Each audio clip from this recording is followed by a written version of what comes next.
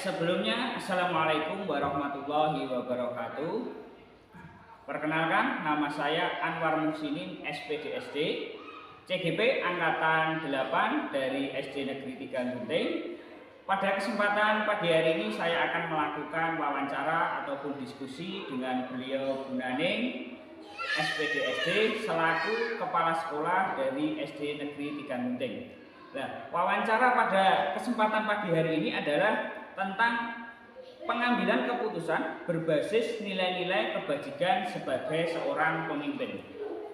Nah, tentunya Bu Naning selaku kepala sekolah akan mempunyai banyak sekali pengalaman tentang pengambilan keputusan yang berbasis pada nilai-nilai kebajikan sebagai seorang pemimpin.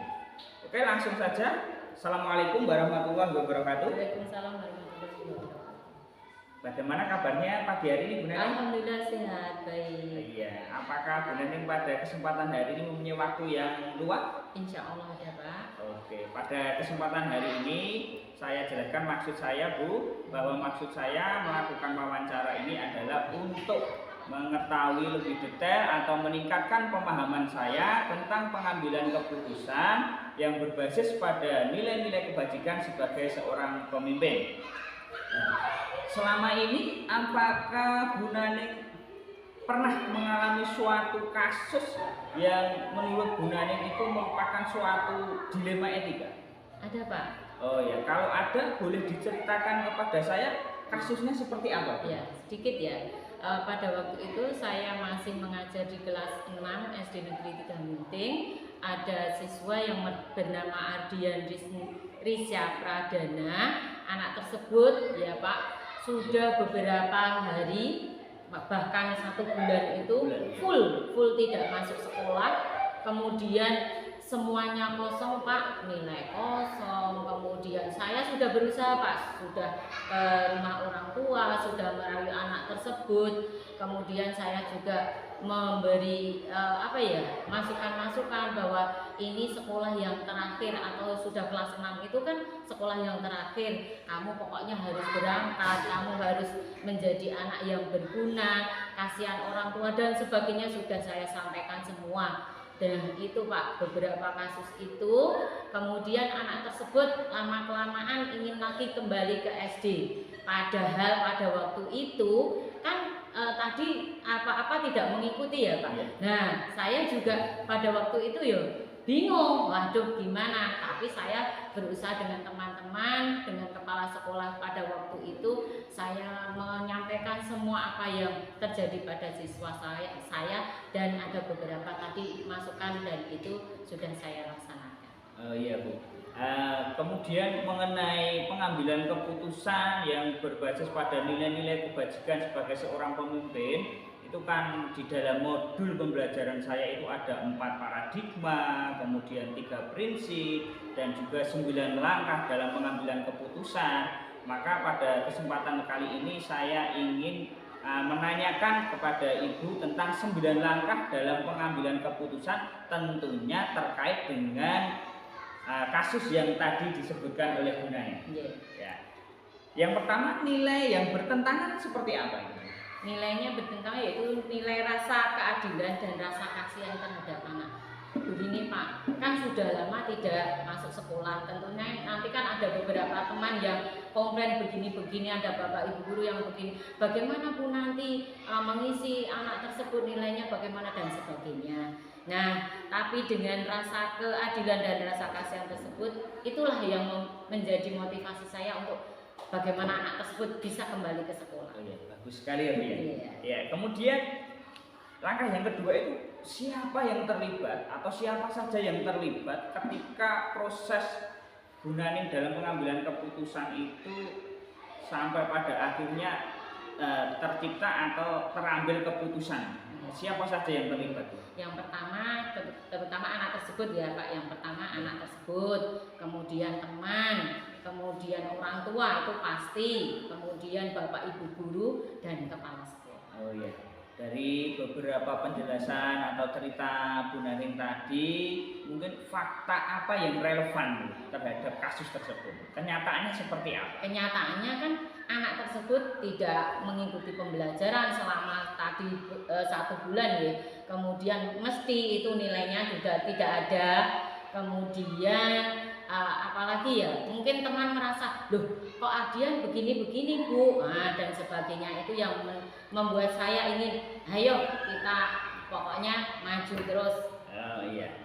Kemudian pada langkah yang keempat itu adalah tentang penguji benar atau salah yang meliputi uji legal, uji regulasi, uji intuisi, uji publikasi, kemudian juga uji panutan. Lah langkah-langkah seperti apa atau apa yang diambil oleh Bu Naning dalam melakukan pengujian benar atau salah tersebut? Untuk uji legal itu tidak ada pelanggaran hukum ya Pak, yang membuat anak kembali ke sekolah, kembali meraih cita-cita itu kan tidak ada pelanggaran hukum. Kemudian uji regulasinya itu ada pelanggaran ketentuan karena seharusnya Adian kan tidak bisa mengikuti ujian karena apa? Tadi tidak memiliki nilai, sudah beberapa hari tidak masuk sekolah itu. Kemudian uji intuisinya tidak ada yang salah.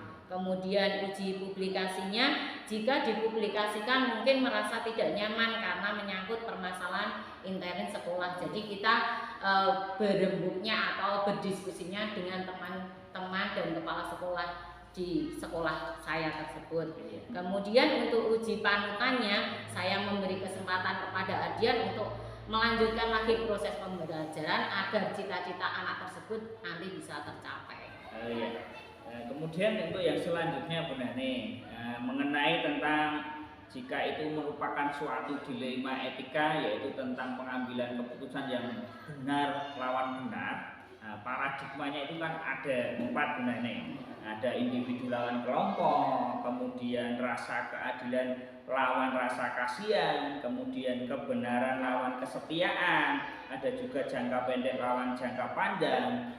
Menurut Bu Naning, dalam kasus yang sudah dialami tersebut sampai pada akhirnya mengambil keputusan itu termasuk paradigma yang mana? Saya merasa yang sesuai itu adalah paradigma keadilan lawan rasa belas kasihan. Oh ya, jadi keadilan lawan rasa belas kasihan ya. Iya. Kemudian dalam pengambilan keputusan itu kan ada 3 prinsip. Ada berpikir berbasis hasil akhir, kemudian berpikir berbasis peraturan, dan juga berpikir berbasis rasa peduli. Nah, terkait dengan prinsip atau 3 prinsip dalam pengambilan keputusan tersebut, apa yang diterapkan Bu Naning dalam menangani kasus tersebut?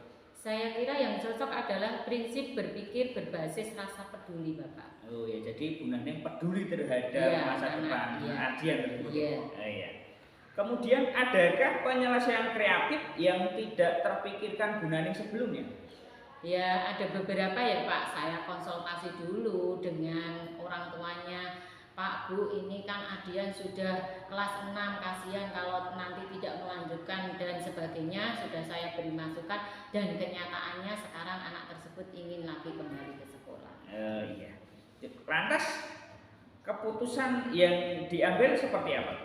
Ya, sebagai wali kelas kan saya sudah pernah mengajar anak tersebut dari awal sampai ini ya Pak. Ya, saya masih memiliki, oh ya ini kalau nanti nilainya begini, oh saya beri tugas yang kemarin tidak melaksanakan ujian ya kan ada ujian susulan dan sebagainya. Oh iya. Setelah mengambil keputusan tersebut, kemudian apakah Bu Naning melakukan refleksi? Iya. Refleksi seperti apa? Yang pertama yaitu saya kemarin meninjau kembali apakah keputusan saya itu sudah sesuai atau belum. Kemudian saya menciptakan keputusan itu nanti bagaimana ke pihak yang lain itu ternyata dengan rasa keadilan dan kasihan tersebut bisa menumbuhkan anak kembali ke sekolah. Itu saya sudah istimewa bagi saya Pak. Kemarin kan anak tidak sekolah nanti begini pikirannya, nanti anak itu mau jadi apa kalau kembali ke sekolah. Oh iya, berarti masa depan anak ini saya begini, menjadikan anak tersebut menjadi nanti bagaimana dia akan berhasil, itu saya sudah senang sekali Pak. Oh iya, terima kasih sekali Bu Naning. Jadi apa yang menjadikan cerita-cerita dalam kasus Bu Naning ini sangat menarik sekali, dan semoga bisa menambahkan wawasan saya ketika ke depan nanti saya menghadapi permasalahan-permasalahan. Semoga saya bisa termotivasi dengan wawancara ataupun diskusi pada pagi hari ini.